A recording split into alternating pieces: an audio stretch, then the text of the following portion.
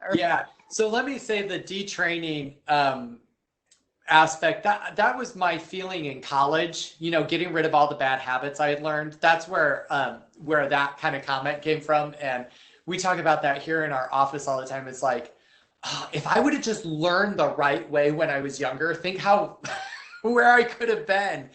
So that's where that comment came from. As far as the disconnect with, we do all this training and we do all this stuff in warm-ups, and then it comes time to singing the song and none of it happens. I call that the happy birthday to you syndrome. So seriously, if you think about it, when we just had 2 birthdays in my family, and Lauren was at one of the parties. It was for my youngest daughter, who's 1. Yeah. I have no idea what key it was in. It was the most painful thing I have ever experienced in my life. Yes. And why? Well, we've sung Happy Birthday to You since we were could sing, right? And so it's ingrained in our brain. And so we just do it. We don't think about it.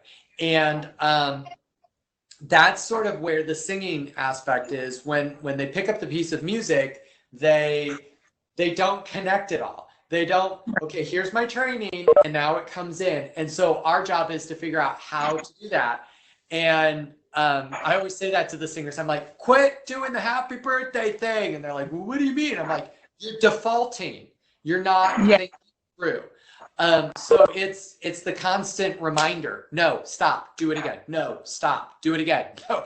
And Lauren can tell you from sitting in my rehearsals that I do it all the time. I mean, they get maybe a measure out sometimes, and I say, stop, nope, do it again. Nope, do it again. That's not what we're, nope, do it again. And also bringing up other people to hear, bringing up a student to hear, and then give that feedback. That's like big, because they're like, you're not hearing it right. We know you're just doing this. And then I'll bring somebody back up and I'll be like, hey, John, will you listen to what they're doing? All right, guys, sing it again. And their eyes just get so big and they're like, oh, let's sleep on it. That's not what I heard when I was there. So, so great to hear you. That's the biggest thing. All the best, okay? Think about to try and just always connect. And if they're not doing it, you stop, do it again. Stop, do it again. Stop, do it again. And then anything you can do, like to bring your warm-ups into whatever you're doing, or pull out from whatever you've done, those things really help. But yeah, I totally get what you're saying. It's like we have that teach time, and then we go to music, and it's like 2 separate things. Yeah. And it's finding the way to connect those. But my comment about the whole reteaching thing was more from my perspective in college. It was like, I had so many bad habits, and if I would just learn to do the right thing from the beginning, I'd be so much better. And so that's what I'm trying to make sure the students understand is we want to teach you the right habits so you don't have to be retrained later on. So there's not that. And I had good voice teachers when I was in high school. They were really good voice teachers, but I had these habits that I just were not broken. So anyway, does that explain it? That was another long. No, it does explain it. I just wonder, do you ever just totally change the way that you practice a song, maybe to break some of that? Like all the time. Just different games to go, okay, we're going to sing the song completely different, but like, what would be an example of that? I mean, I take out words all the time. I have them lip trill songs. I mean, buzzing songs. Hate it. But it's like, I'm not hearing the placement I want. So I'm like, lip trill it, let's trill through it. So, and I'm like, as long as you're getting that, I know you can get it, humming, buzzing, all of those things. I take out words all the time. We move around to the music, and they might be singing while they're moving, or doing some sort of, stretchy. I before COVID, I loved stretchies. My kids were so tired of using stretchies. But doing that type of stuff, just to change things up, and especially with placement, that's the big thing with, I feel the big disconnect is always placement and breath. Those are the two things that always seem to go out the window. You know, before we had social distancing, a lot of times, you know, you could, I'll stand up a little here. You could cross arms, you know, and then you would pull on each other's arms if you were breathing and feeling the tone and feeling the breath, that type of thing. So those are things, but yeah, changing things up all the time. I would have them sing in circles. We didn't stay in our seats a lot. I'm a squirrel kind of person, so I like to change things up and move things around. And sometimes I'd be like, you know what? I need to make sure you know your part. Go stand by somebody who doesn't sing your part. You know, move. Right. You know, those types of things. So they never knew what was really coming at them. But yes, thank you, Carrie, for the squirrel moment. Thank you so much. I'm sorry, Carrie just put that up in Teams. So there we go. So yeah, more you can change up, and the more you can also pull from the warm-ups and stuff and be like, hey, do you remember we did that? This is why. And mitigate that. Giving them those anchors is the big thing. So good question. Great. I have a question kind of building right off of that. Sure. And this might be more of like what Ruth Dwyer does with your choirs, like, because I know she does like the little ones. You mentioned in the tone production, like, I'm always so careful, like, especially with the little ones, you never want to make them feel bad for their voice. Like, you want to be, they're so careful. But, like, there's always a couple of those kids that really, really struggle to find that placement. Like, and so if I'm so, you know, like, let's just hear everybody. And you're going down the line and there's the one kid who just doesn't get it. Sometimes I struggle with, like, I don't want to give empty praise and say, like, yeah, that was great, but I also want to help them, but I don't want to single them out. And so, because our choirs aren't, they're more grade-based versus, like, ability-based. Right. And so that kid could very well end up in our high school choir, which would be our advanced choir, but yet still have not made the connection on placement. Correct. Yes. So kind of how you guys would go about that. So some of you may not know that I was an elementary teacher before I came to the children's choir full time. And in my school building of 600 kids, I only had 2 kids who could not match pitch. And the whole reason they could not match pitch actually was that they had vocal damage. I had two boys that had vocal damage. One was acid reflux, that his vocal folds were burned because of the acid reflux that was happening. And another one was he abused his voice. Like, he was a screamer, and that's just what he did. And he was hoarse from screaming. So I always go in with the fact that, first of all, our voices are unique to each individual, and they are a gift, and no 2 voices are alike. So we want to take care of people's gifts. And the second is, I never want someone to feel bad about their voice, because I'm sure we all have heard those cases where the elementary teacher said to a student, just mouth the words and don't sing. Guess what? That child will never sing again. What you did in 2nd grade or 1st grade lives with them the rest of their life. And so we have to remember that. So we have to figure out a way to coach them and to help them. Yes, working with the group as a whole is the biggest thing. A lot of times what we find with the younger singer is that they will drop down or they will go too high. And the whole reason is because the singer wants to hear their voice. That's why they do it. They want to hear their voice. They don't understand that singing in the ensemble means singing like this. They think that singing means this. I'm here and I can hear me. And they don't understand that they have to be here.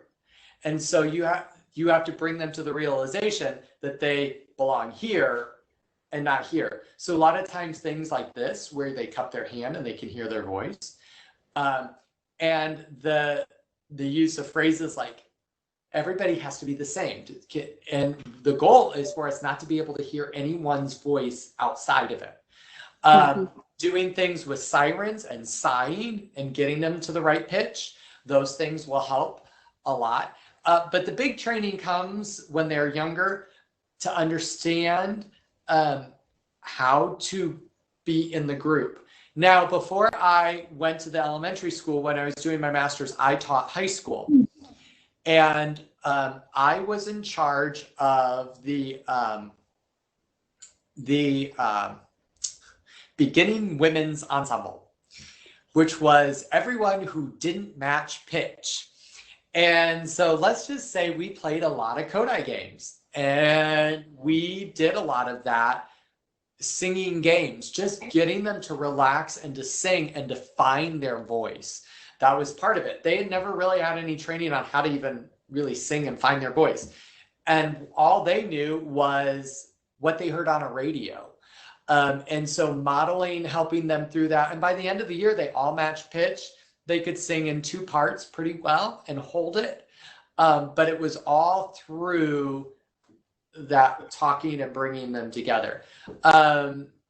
Yeah, Jared said sometimes it helps to take the kid aside and have them slide up and down for a comfortable place. Yep, taking them aside. And if you're not getting through to when they're in the whole group, yeah, you can do that. Okay. So, and you have to know the child, because taking them aside and doing it by themselves sometimes could be the most traumatic thing for them, you know. Yeah.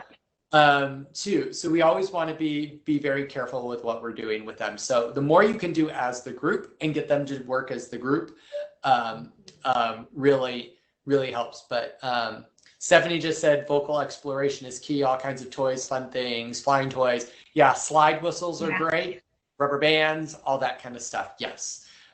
Yeah, because like how you said, when you're doing English, you should speak it, because like, I guess what I mean too is like having them get used to their soft palate being lifted, because, you know, like we're going to do the vowel anchors and all that, but some of them just really would struggle with like, no, it's not ooh, it's ooh. And so really like being, I guess, super picky on that with them without. Yes. Yeah. Like, that is, I liked how you said that is a muscle. So they need to remember that. It is a muscle memory thing. And also, you know, record them. You know, if you're working with an older student one-on-one, it's great to have them sing. I mean, you got it on your phone, you got it on your computer, have them sing, have them play back. Now say, do you hear the difference? Because that's the biggest thing too, is we have to remember what they hear in their head is not what we hear out in front.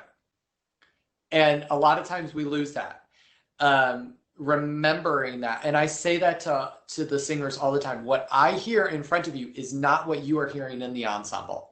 And so you have to trust what my ears are hearing out in front of you. And that's why, you know, I love to bring students up, because when they hear it, oh, okay, do you understand why I'm saying what I'm saying? Because that's not what they're going to hear at times. And you also have to realize that when they're singing, they're hearing something different in their. And that's a big deal. That's a big thing. So I hope that answered. Let's see. Yeah. I often take singing component out of it, turning everything into simple making noise games. Yep, totally. The more fun you have, the more you can make it a game, the more you can make it a fun exploration thing. That was, you know, and it was funny, these freshman high school girls that couldn't match pitch, I was like, oh my gosh, what am I going to do? And I just turned back to my elementary training and I was using it, and I'm like, are they going to do this? And they had the funnest time. They just loved coming to choir because they also were feeling successful, and they also knew they were making progress. And that's the other thing. Like, they want to make progress. These kids want to get better. They don't want to stay bad. They don't want to sing out of tune and not sing well. So helping them on their musical journey is great. Would love to discussion on vibrato. Oh, you just opened up the can of worms, Carrie. Vibrato. So we at the children's choir go for a natural vibrato. I also, you know, I work in the church world, and so I have an adult church choir. And, you know, with some people, I see Arlene smiling. You know that in the church world, there are some vibratos that you basically, I like to say, could drive a Mack truck through, right? And I always, again, I don't go for straight tone. Henry will tell you, working with him, his wife went to St. Olaf College, and back in the day, those of us who were a little younger, there were two schools of thought. There was the St. Olaf sound, which was more of a straight tone sound, and there was the Westminster sound, which had the more of a vibrato to it.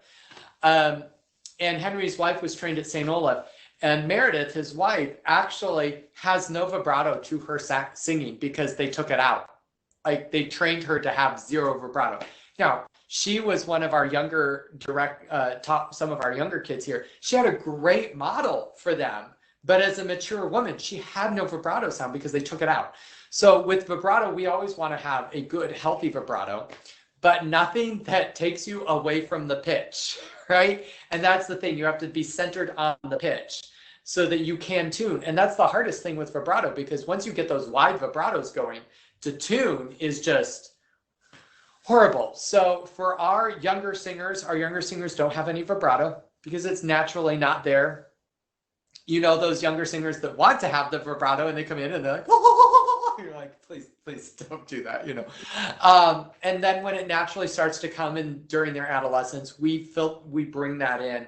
I did have one girl, she actually just graduated. She's a senior, and she's going to be studying music education at conservatory in Cincinnati, CCM. And when she came into my ensemble, she had a very, very fast vibrato. And I actually had her go take voice lessons with a lady that helps a lot of our singers. And we needed to slow it down because we couldn't tune her. It was this flutter that was just happening, and we slowed it down, and her voice is absolutely gorgeous now. But once she got that vibrato under control, it was wonderful sounding. So, you know, that feeling of feeling that they need to have the vibrato, and depending on what they listen to, we also have to remember what vocal model they're listening to. We get a lot of breathy, airy singing too, because they listen to a lot of these pop singers on the radio and they want to emulate them. And so then they're not, as Arlene said, free vocal production. They're not doing that. They're actually holding it so that they get that breathy, airy tone, rather than letting it naturally happen. So that's also something, but great discussion on vibrato. Thank you, Carrie, for opening up the can of worms on vibrato. So, and then with the older ladies, like I said, in our church choir, we do a lot of listening, because I'm like, did you? And it's funny because they're like, we're not in tune. And I'm like, well, a note is like a bullseye. I like to tell them this, you know, the note is like a bullseye. And you want to be in the middle of the note, and you don't want to be on the top of the note, and you don't want to be on the bottom of the note. You want to be in the middle of the note. And when your vibrato is going like this, you're just bypassing the bullseye altogether. So I've been able to get them to work a little bit of it. On the opposite side of vibrato, we get students who push a lot to sound like Broadway. So the belting side of it, yes. And also get the tone or stand out. Like they're hurting themselves. Yeah. That's the other thing, is the belting, the chest voice sound. And that's why with our warm-ups, we always start all of our singers on the C above middle C, so that they have to engage head voice. I know some choirs start with A, you know, A440, because that's what everyone tunes to. That A can still be sung in chest voice. You sing the C, you have to engage head voice. And that's why we sing the C, is to engage head voice. And all of, we are advocates of always warming down, using warm-ups that go down, and we start higher and then go down. Over the break, boys changing voice for us, we always work down over the break. And so that's a big thing for us. But always working the head voice down, over into the chest voice is how we work it here at the children's choir, so that they don't have that. And that's one of the things we have to monitor. And that goes to choosing good repertoire and how you choose repertoire, because you're going to want to choose repertoire that doesn't set them up to belt from the chest. And, you know, we have some of those pieces. Lauren can tell you, normally during summer camp, we've got some of those. And the whole time, you know, you have to hold them back because they want to make a big sound. And you want it, as Arlene said, to be that nice, free vocal production with good breath, and to remind them it does not come from this. You know, it doesn't come from here. It comes from good air and supporting that. But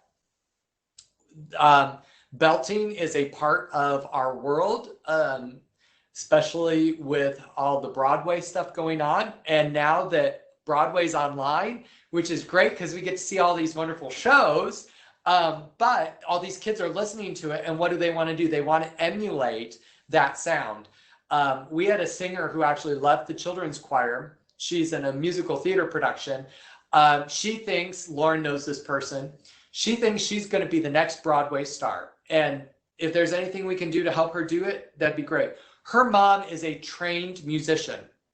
And we're Facebook friends, and she will put up videos of her daughter belting, just belting.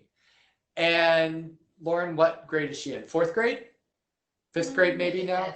5th grade?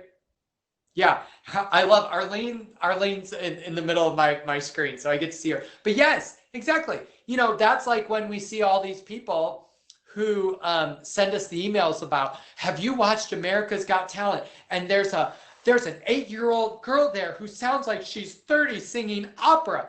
And we all politely have to go, that's not healthy. That's not right. It's a produced sound by manipulating what is happening. It's not the free vocal production that we are advocating, that beautiful bel canto sound, the sound that is appropriate for the child at the age. And that's the biggest thing that we have to do. We have to do what is appropriate and right for the child at that age. Where are they developmentally and on their process?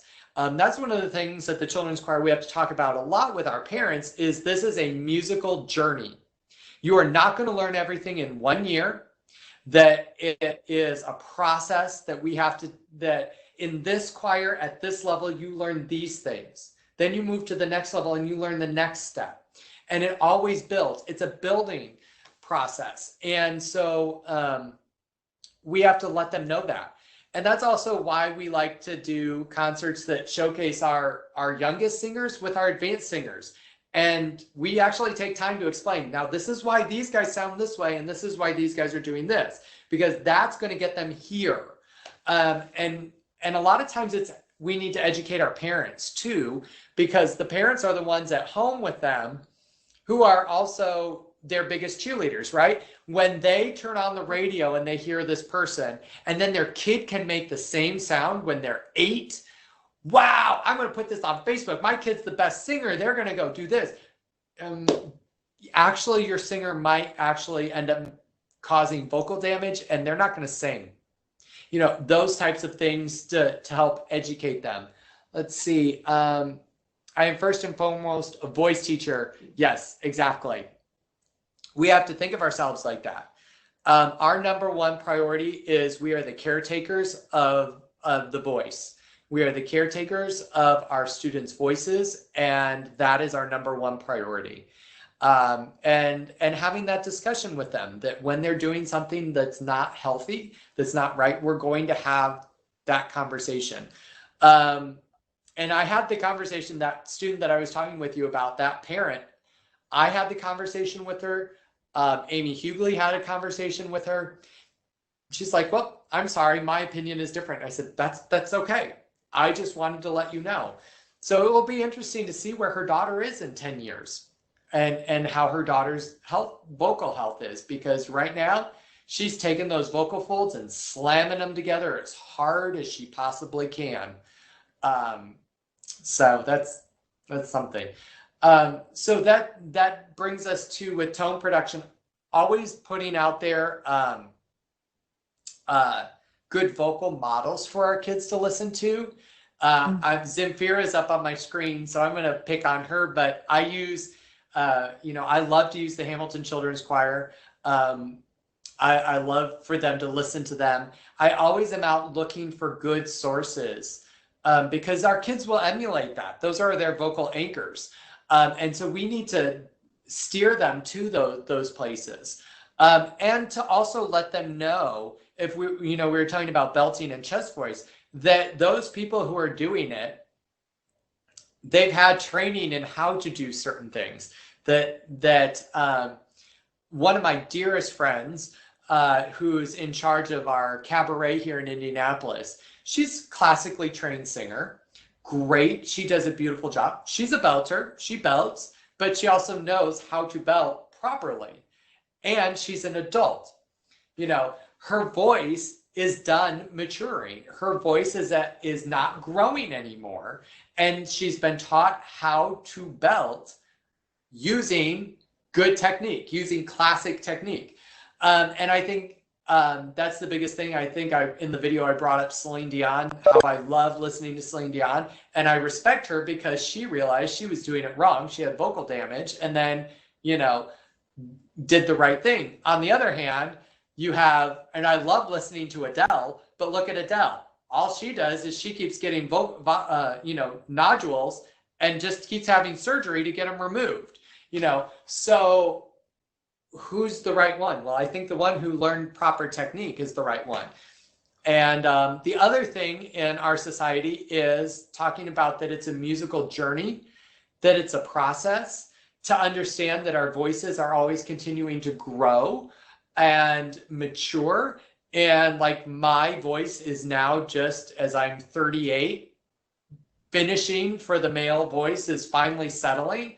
For the ladies, it happens a little sooner for you. And I always like to point out to our kids when we watch an opera, notice how old the men are and how young the ladies are. And they always are, oh, I didn't notice that. Yeah, there's a reason for that. And to point that out.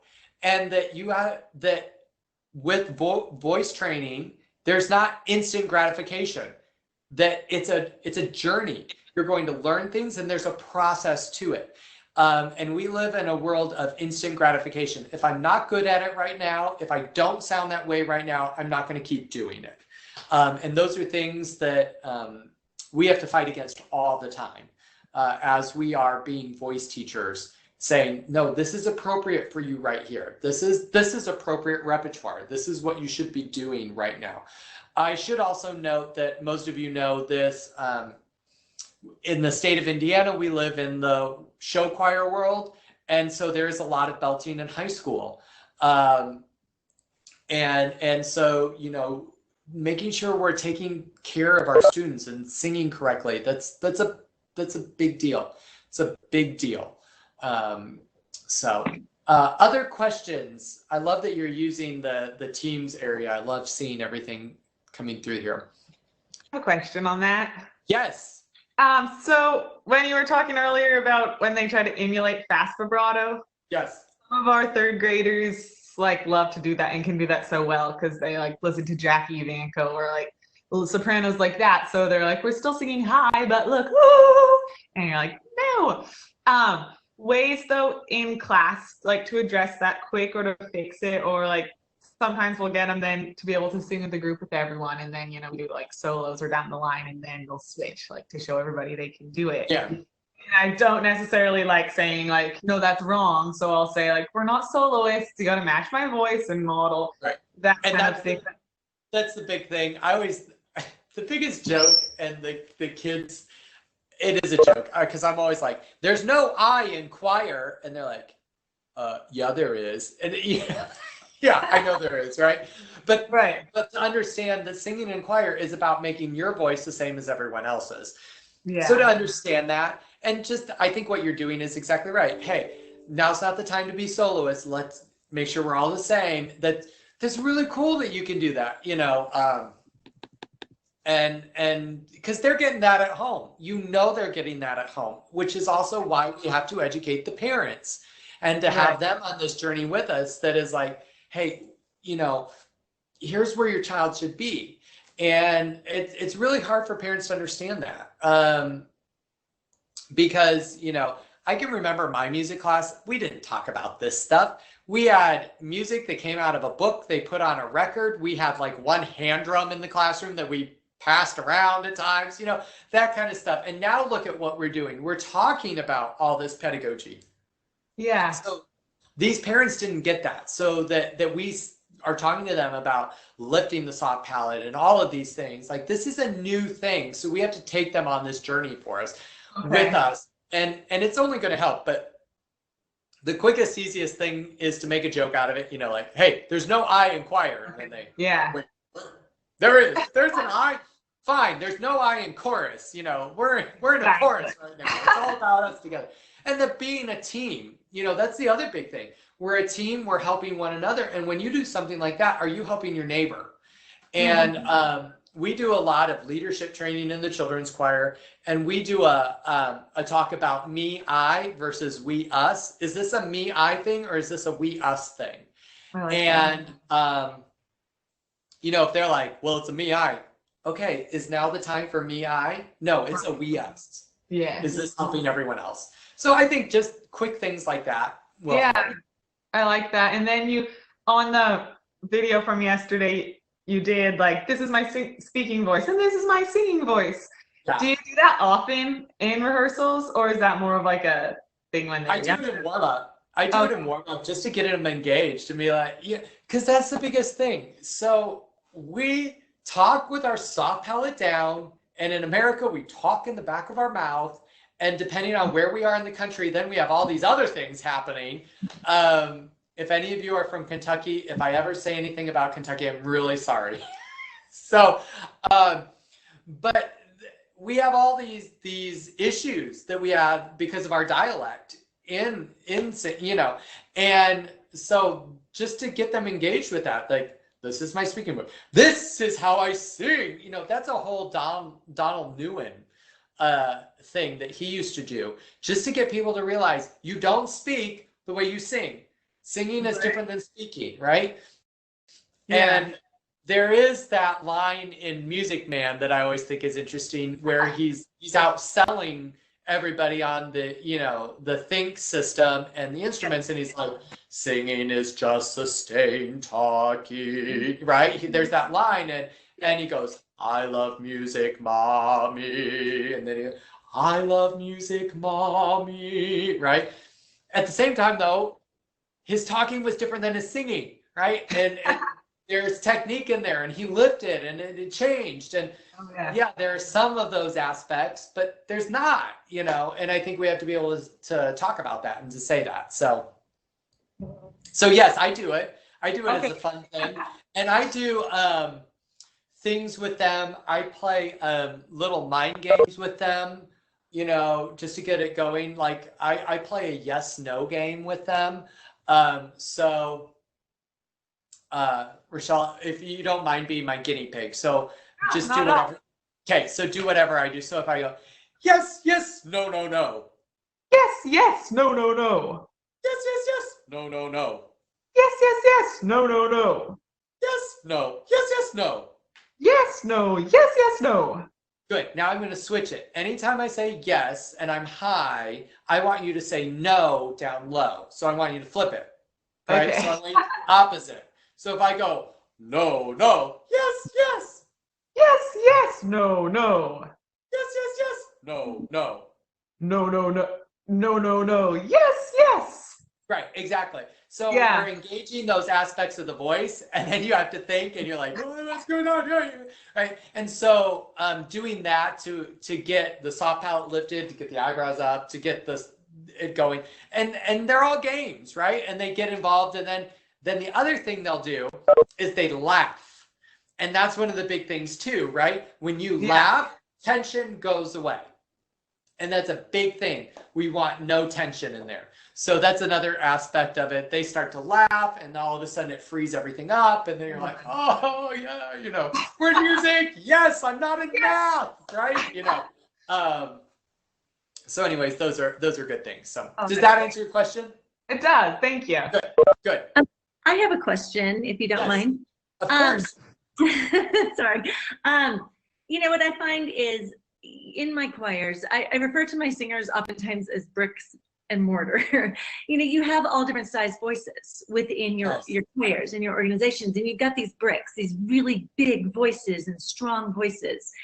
And they're wonderful to have in there, but you need the mortar voices to hold all the bricks together so that they don't just kind of fall all over the place and things like that. So the thing about it is it's not just teaching the tone production, but it's also finding that unification of sound between all of them to put it together as a whole. And I'm going to bring Zafira into this, and just because last summer it was wonderful because I talked so much about, you know, where the sound is produced and how open and different places the vowels are. And it was great to hear her perspective on that, because she said a lot of the same things, but she just worded it in this other way that just sunk in with my singers too, and reinforced what I was telling them. And I have to say, Zafira, like, I adored her, loved her last year with them, and it's just, what I find is the vocal production, finding those tones. We do a lot of unisons, a lot of unisons to get them to find where I have them sing within a space, and then each vowel has a shape to it, sort of, to find that unified sound. It's not a placement thing. I don't like to use the word placement, because placement to me becomes set and it becomes rigid, and they hold it in there and they won't open to accommodate for range and things like that. So I know what I do with my choir, but I'd love to hear what you do. You know, after hearing Zafira and Henry work at the choirs and the things that they did, I'd love to get more input from you as to what you do in your sound unification. Yeah, so I mean, I don't know how much I'll hear from Henry, because he's the one that laid my foundation. So at the children's choir, we like to call them flutes and trumpets. And it's so funny because even my wife, who's been out of the children's choir for years and years and years, right? She's like, so when I was in the choir, I was a trumpet. You know, like, they know their voice, because we talk about that, and that you don't want to put two trumpets next to each other, that you need that flute in there. And so what we do a lot of listening, and you know, there are voices that complement each other, and there are voices that don't complement each other. And so I listen to everybody, all the choirs, and who they sit next to. And sometimes they get flipped multiple times and back and forward, you know, and that's a big thing to get that right sound. And one of the things I tell them right away is, this has nothing to do with you and your singing. This has to just do with your voice, and it's physics. It's just the waves of the voice, and how certain waves complement each other and certain waves don't. And so that's how we work with it, and we listen to everybody in pairs and individually, and then we try and move those voices around so that it complements, and you have those key anchors, those bricks, as you were talking about, and then the mortar that holds it all together. And listening to each other too. You know, it's really funny because as much as we talk about singing, it's really about listening, right? And on their musical journey, you know, until they get to a certain point, they listen, but they're not like listening. And I have those singers, and it's great that I have Ruth Dwyer right before me. Ruth always is my gatekeeper to my ensembles. And she's like, this one's not listening yet. They're not ready. I'm going to keep them another year, you know, and this one is, you know, and I have those that I know they're waiting, or when they get to me, they're just on that cusp of, they're still, as we were talking about with Rochella, there's a little too much me, I than we, us. And so they want to lead, you know, they know that they have a good, strong voice and they can lead. And so then they get out in front of the pack, and instead of being part of it, they're this, you know. So we do a lot of listening, a lot of talking. I love that you do unison. We always are working with unison pieces just to get that tone.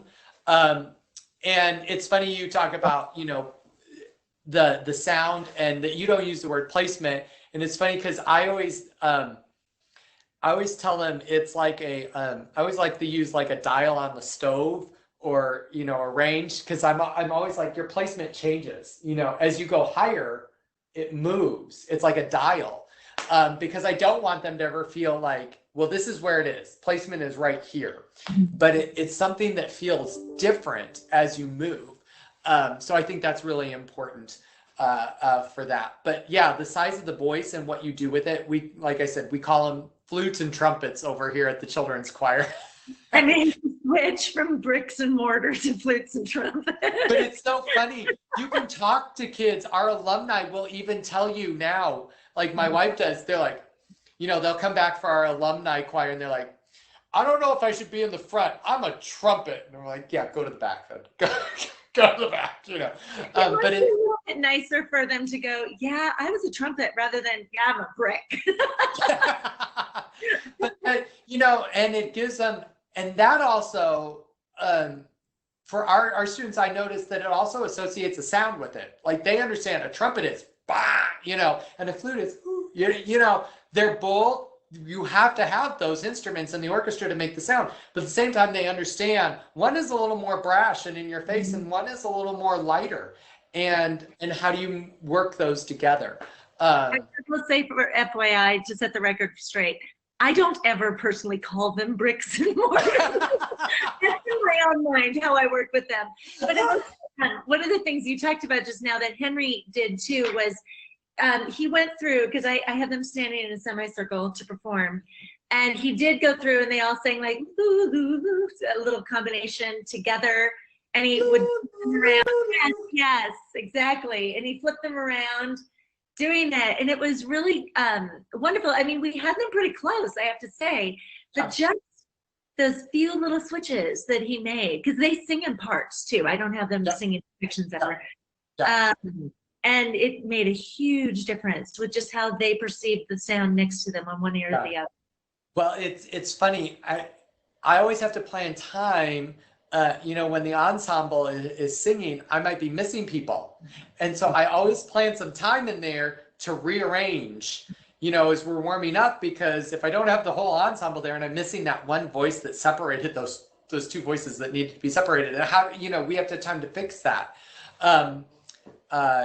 Yeah, it's funny how just moving two people can change a whole ensemble in the singing. It's really great. Yeah, bricks and mortar. I like the bricks and mortar though. I think that's cool. I'm like, you're a brick.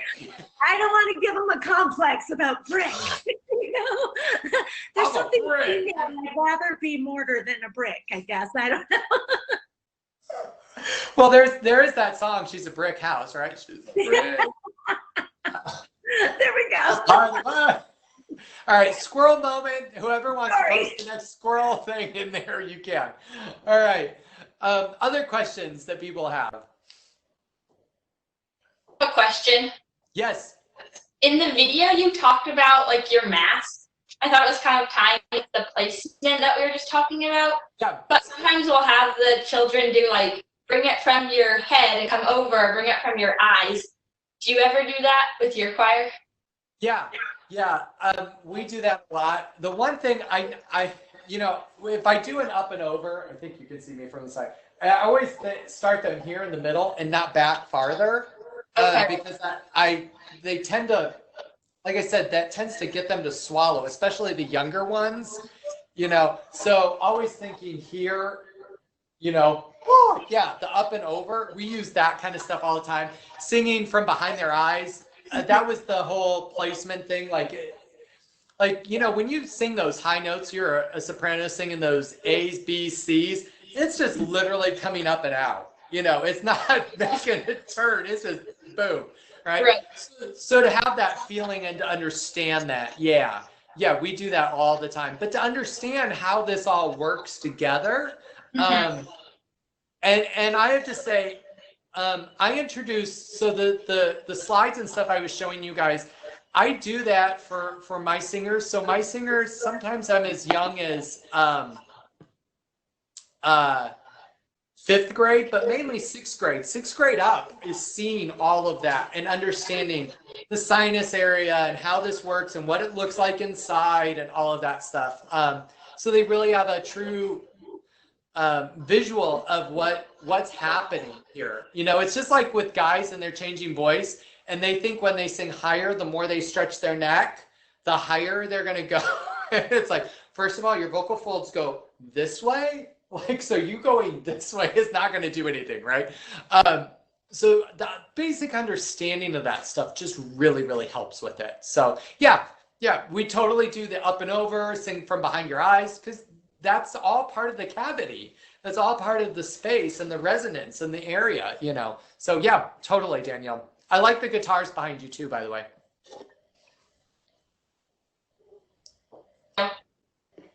I say unicorn horn. I like that. I like that. Narwhal for the boys. You can do both. Narwhal for the boys, Lauren said. Our very good friend, Zemfira in Toronto, made one comment. They were in a church one time, and she said, quit. It was like, quit sucking in Jesus or something, because there was a statue of Jesus behind them, and they kept singing in the back of their head. And it was the funniest thing. So anyway, Elise and all of her wonderful sayings, Zemfira. Other questions that you guys have?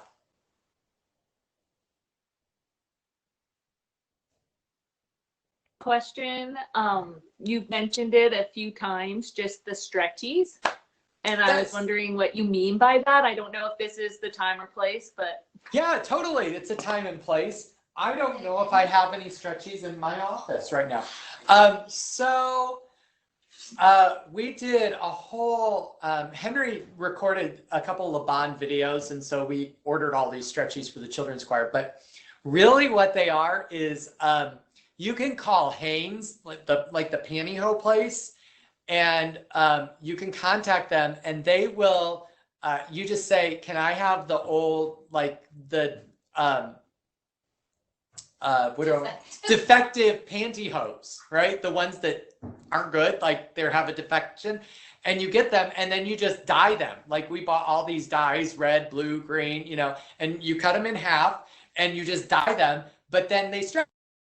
So you got these stretching. So I will make sure we get some of those, and I can show you what they are. But they send them like a whole box to you for like $5, you know, and then I had some volunteers come in one day, and, you know, I just got the cans of dye, you know, the bottles of dye, and then we just dyed them. And so they're red and green and yellow. And I have some white that I left, but It's funny. The white ones, they really do realize that they're pantyhose. They're like, are these pantyhose? Yeah, they are. But that's what we use as stretchies. But that's what I'm talking about, is like a pantyhose kind of thing. That has that elasticity to it, that I'm going to use my face mask right now, but you know, it pulls, and then you can release, but it has that in and out kind of thing. So yeah. And Hanes, like I said, Hanes, contact them, ask for, they have defective ones, and they'll sell them to you, you know, $5, $10, whatever. I can't remember how much it was, but it wasn't hardly anything. So yes. Use rubber bands on their wrists to stretch. Great stretch on crescendos through phrases. It's exactly what we did. And it's also great for them to always, we used it for them to remember that, like, the breath is always moving, right? The air is always moving. And that's one of the things for younger singers to remember. The breath is always going out. Like, it's always coming, you know, for them to realize that. So anyway, that's what I'm talking about with stretchies. So I think I might have a picture. Where's my cell phone?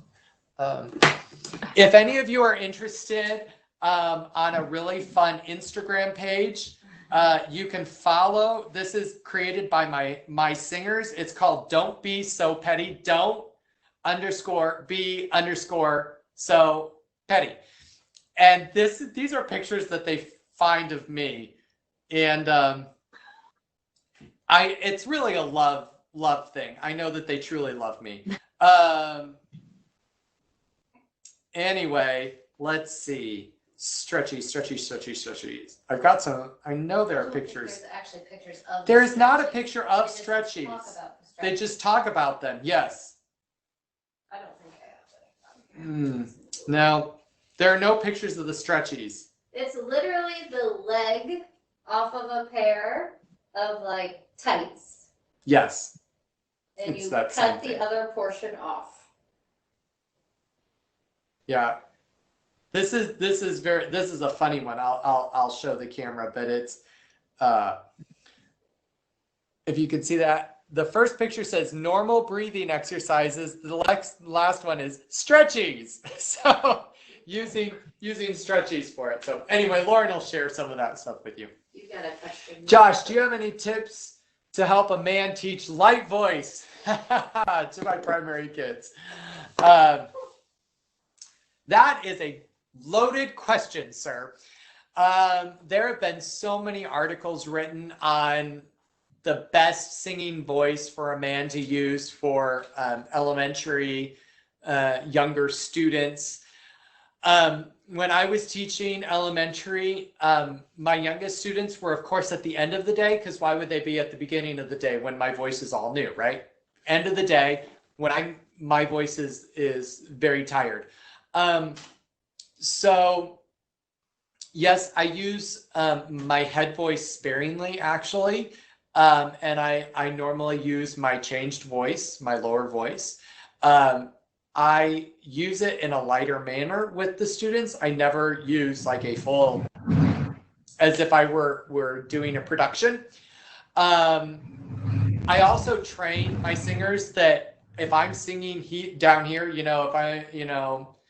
Lucy Lockett lost her pocket, Kitty Fisher found it, that I expect them to be, Lucy Lockett lost her pocket. Right? But I always maintain light. I wouldn't call it airy, but I always maintain light voice. Lucy Lockett lost her.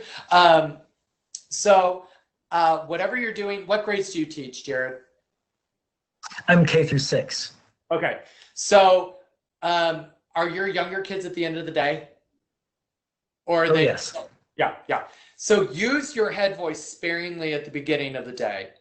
I always had my older kids trained that, from day one, all of my kids, when I took over this school, day one, they found out I have two voices. I have a high voice, I have a lower voice. Using the higher voice does not make me weird. And if I were Justin Timberlake, I'd be making a lot of money, right? Right. And, but my older kids in the beginning of the day, I'd use it a little bit to help them in warm-ups, but normally most of my modeling was done in my lower voice. Lightly, no tension and stuff, so that I did have more of my upper voice at the end of the day for those kids. But I got them trained as quickly as I possibly could. By the first end of the first 9 weeks, I could normally just sing in my lower voice with them, and then use it sparingly. So there have been a lot of articles though written, what is the best thing to do for the younger singer as a man? And what it boils down to, Henry and I both have the same philosophy on this. Use whatever the healthiest vocal model is. So whatever the healthiest vocal model is what you should use. If you are singing in your head voice, in your higher voice, and it's strained, that's not a good vocal model for them because they're going to be strained. So do whatever is the best for you and most healthy. So if you're very, very tired at the end of the day and your voice, you've been doing a lot of teaching and a lot of talking, because talking does more with our voice than singing, you might say to the kids, hey, today I need to sing down in my lower voice. You guys are going to be in your upper voice and you're going to be great, right? Right. Okay. And then sing in your lower voice. And the first time someone pops down, nope. Hey, back up. You got to be up here, and just get back up there. Right. So that's what I did. Again, it's what is the healthiest model. That's what it boils down to. Because they'll copy me. Yeah, they will copy you. They will copy the tone that they're hearing. And you'll train them to not copy the octave, but the tone. Sure. And like I said, I had kindergartners who I could sing down here and they would be just fine up there because they knew, because they were trained to do it. And if you can do it right away and you set that up and you lay it out, they have no issue. We have normally you guys would be here with us with our summer camp going on, and that is one of the first things I do. I try and make it a big joke. I'm like, guys, I have a big announcement to make to you today. They're like, oh my gosh, what? And I said, so may not realize this, I'm a guy music teacher. And they're like, yeah, so, and I'm like, how many of you though have a lady music teacher? Like, you know, 3/4 of the class raises their hand, or, you know, and I'm like, so you need to understand, I have two voices. I can sing, or I can sing, if I sing, you're going to sing, they're like, got it? And they're like, oh yeah, I can do that, you know. So just laying it out there. I have, in my teaching career, I have not really had an issue as long as I gave them the guide rails. Right. And then I help them along. But the primary thing is you want the healthiest vocal model. That's always key. Healthiest vocal model. So, and Josh, occasionally, yeah. Sorry. Occasionally I'll grab like a recorder or something and just play something up in the range if they're struggling to match. They're trying to sing it down an octave or something. Do you think that's okay? Yeah, totally. I've done that too. Because the biggest thing is you don't want to strain for them. And if your voice is tired and stuff, they'll do that. So yeah, using a recorder is absolutely fine to do that. And then, you know, even when your voice is tired, doing a siren, you can get up there and do a siren and a sigh and be like, hey, back up here. Woo! All right, now let's get back up there. You know, so that you can do that. So yeah. Cool.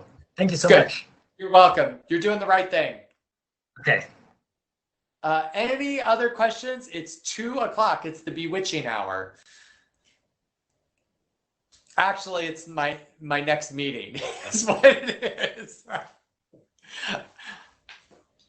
If not, keep putting things in Teams. I will check that later on tonight, if you have more questions or things you want to talk about. But I hope you're enjoying the videos. I hope you're enjoying this time. I enjoyed this morning with our conducting intensive people. I hope that was a great time for you. Practice tonight, and then you'll get a new video tomorrow, but practice what we talked about today.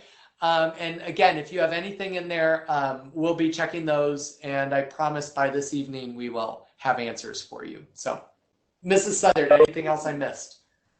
No, I'll find the stretchies. Okay, Mrs. Southard is going to find the stretchies. She'll take a picture and we'll get them to you. They're actually in the closet because Natalie moved them. No. Yeah, so that's where they are. All right. Can I shut down now? Push stop recording. Stop recording. Mrs. Southard's going to